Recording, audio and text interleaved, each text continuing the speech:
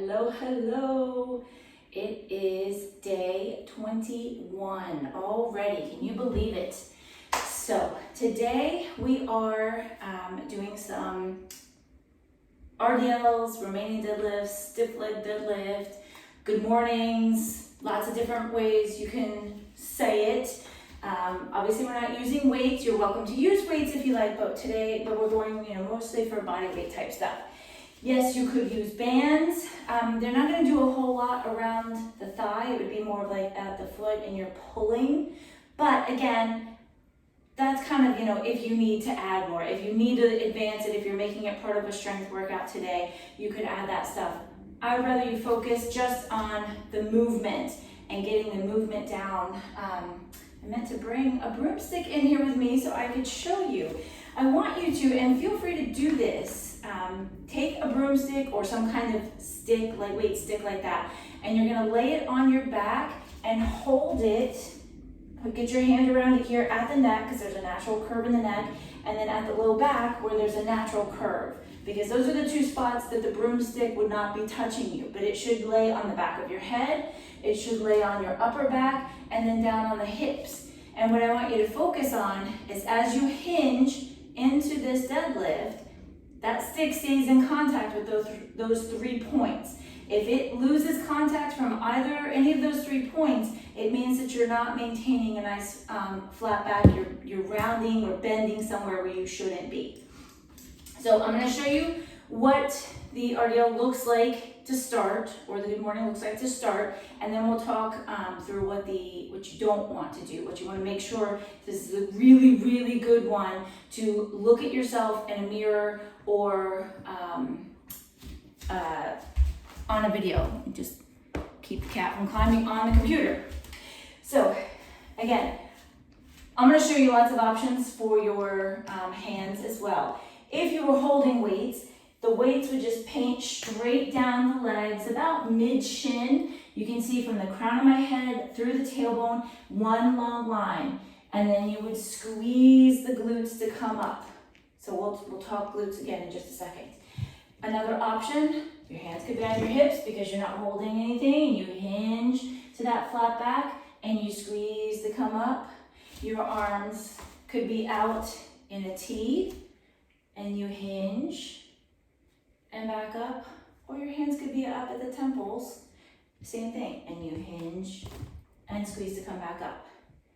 So right now I'm just talking upper body. We're gonna get to that low body in just a second. There's a lot of moving parts, or not a lot of moving parts, there's a lot of things to think about for proper form and technique with this. So it's very important that you think through each of these parts, go slow, make sure you have good form, because I don't want you to hurt yourself. We don't want to cause any discomfort in the low back.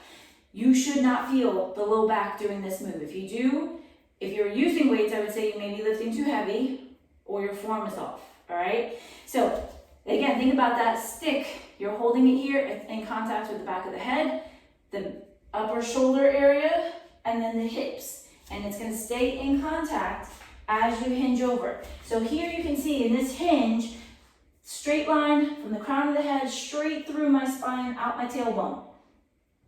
What you don't want to do is this, where you see I'm rounding, I'm letting my shoulders droop down. That would take the stick out of contact with all 3 points. You also don't want to do this, where you're kind of arching up, trying to look way high, and now my head would be pushing it out of contact. So you want to keep the eyes gazing down, nice line right there. And then again, your hands are just whatever you like to do. When I'm not using weights, I like to bring the hands either out in that T or up here, because it forces me to kind of pull the shoulders, the shoulder blades together. So that's what I want you to think about, is that broadening through the chest, you're pulling the shoulder blades, but we're not arching back through it. We're pulling the shoulder blades back. We want that nice, proud posture. Think about, when I talked about the ballet moves, and you want that zipped up, proud, you're standing tall, erect, everything is locked in a nice long line. So you're taking that same kind of position. So when your hands are here and you hinge over, it's much harder to let the shoulders round, because you're pulling the shoulder blades back to keep the arms up.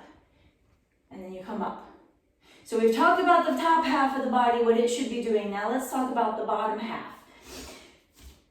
It is a Romanian deadlift, or stiff leg deadlift, as you might have heard it, is straight leg, but we're not locking the knees out. You want that micro bend. Now the difference between a Romanian and a regular, Romanian, you're here, the legs are mostly straight, there's a little micro bend, my quads are active, everything's active. Oh, there's a cat touching me. Stop, please, stop.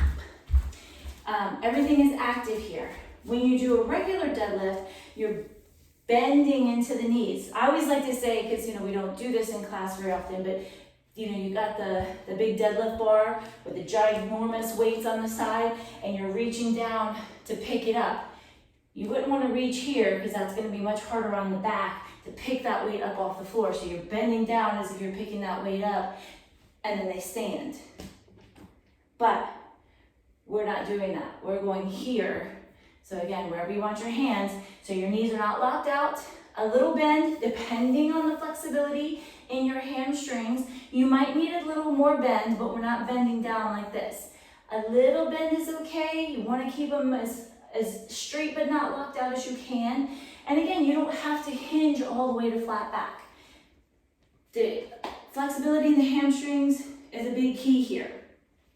You're going to feel, as you get to this hinge, there's going to be a spot where that hamstring kind of catches.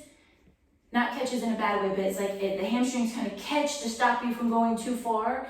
That's where it catches and holds you. And then I want you to, at least one round, I want you to put your hands on your glutes, and I want you to feel the squeeze in the glutes to pull you back up. It's okay to touch your own butt, just don't touch other people's. So squeeze, really squeeze to pull your butt back up, to pull your upper body back up. Because yes, you could go here and I could do this and I feel very little in my butt.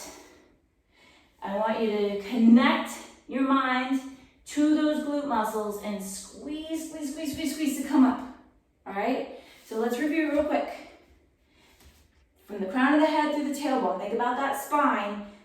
Nice long line. We're not allowing the shoulders to round. We're not arching the head up, trying to look at anything. We're gazing straight forward, down to the floor. Nice, straight, long line through the body.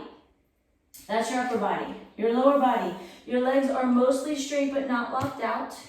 You only go as low as you can without causing any discomfort through the hamstrings or the low back. Right? If you're feeling in your low back, don't go as low. If you feel a painful pull in the hamstrings, don't go so low. Keep it up a little bit higher. Now this one, we're not pulsing anything today. You know how much I love my pulses. We don't pulse with this one. I want you to just focus on that hinge over. And then again, stop for a second here. Think about glute squeeze. Squeeze, squeeze, squeeze, squeeze, squeeze to pull myself back up. But when I pull up, we're not Elvis pelvis, we're not thrusting out like we're dancing. We're down, we squeeze up neutral. Even here, I've still got the glute squeeze going. I release as I hinge, lengthen, lengthen. Please don't claw my leggings. And then I squeeze to come up. Stop it. Stop it. She wants to like climb me like I'm a cat tower. Hinge, hinge, hinge. Squeeze to come up. All right? Now, for those of you who like to advance moves, because you know how much I love to advance moves, your regression on these is there's really no regression. There's no weights. Your range of motion is, that's how you change, make it a little less or a little easier, more manageable, is just lessen your range of motion. Maybe add a little extra bend in the knees.